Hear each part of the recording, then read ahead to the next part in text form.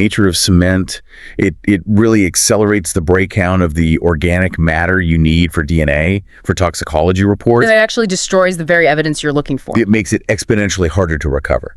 Yep. And then just the physical act of getting the evidence out, chipping away at that cement, you risk damaging tool marks, fibers, any kind of micro evidence.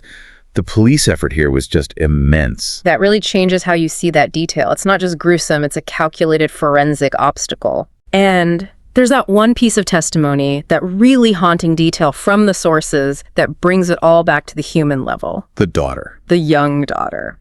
She reportedly told neighbors, "Papa drum men high." Dad is in the drum. Yeah. It just suggests this horrible awareness of what had happened. It's a tragic detail. And for the prosecution, it's a key piece of circumstantial evidence. It doesn't prove she knew the specifics, but it suggests an awareness of something terribly wrong. So let's move on to the why, the motive. Investigators seem to be tracking two main drivers that kind of intersect. Right. Money and an affair. Let's start with the money. Yeah. What was the situation there? A material we have confirms a strong financial undercurrent. Saurav had recently come back from working in London, Okay. and he allegedly returned with a significant amount of money. Yeah. The reports indicate that this became a major source of tension and conflict between him and Muskan almost immediately. And running right alongside that, you have the personal angle. The alleged affair between Muskan and the co-accused, Sahil. When you have both of those things together, a potential financial gain and a relationship with a co-conspirator, does that make the prosecution's job easier or harder? Oh, it complicates it. But in a way that can actually strengthen their case. How do you mean? Well, if it were just a crime of passion and an affair gone wrong, the defense could argue it was impulsive, an act of rage. Right, not premeditated. Exactly. But when you add the financial element, it provides a powerful argument for a planned conspiracy. The prosecution can argue that the affair provided the emotional bond, but the money provided the ultimate motivation for a carefully planned murder and concealment. And this web of alleged complicity, it might go even wider than just the two of them. It might.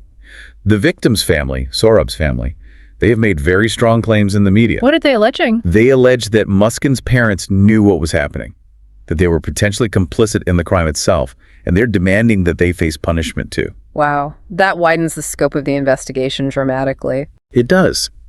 Because now you have to prove not just what Muskan and Sahil did, but what her parents knew and when they knew it. And that's a huge legal leap, right? I mean, it's one thing to know about a troubled marriage, but it's another thing entirely to prove you were part of a murder conspiracy. It's a monumental leap. To prove conspiracy against the parents, you need hard evidence. Communication records, money transfers, maybe witness testimony showing they actively helped in the planning or the cover-up. Which might explain the size of the charge sheet. I read it was over 1,000 pages. 1,000 pages. Yeah. And that volume, it tells you the police have likely tried to build that meticulous web of communication, of movements to try and link everyone together. Okay, so we have money, an affair, a potential family conspiracy, and this is where the case just takes a turn into the truly bizarre. Ritual angle. Yeah, the alleged signs of black magic or superstition connected to Sahil. We have to be careful here. It's not about analyzing the validity of the ritual itself, Of course not. but what its presence means for the legal narrative, what it tells us about the state of mind of the accused. And the details reported are just deeply unsettling. Investigators found sketches. There was a live cat in Sahil's room. And most disturbingly, the allegation that Sahil moved parts of Saurav's body, specifically his head and hands, to his own room to perform some kind of ritual act. Why would the prosecution want to introduce that kind of extreme detail? What purpose does it serve in court? It serves a very clear purpose. It helps us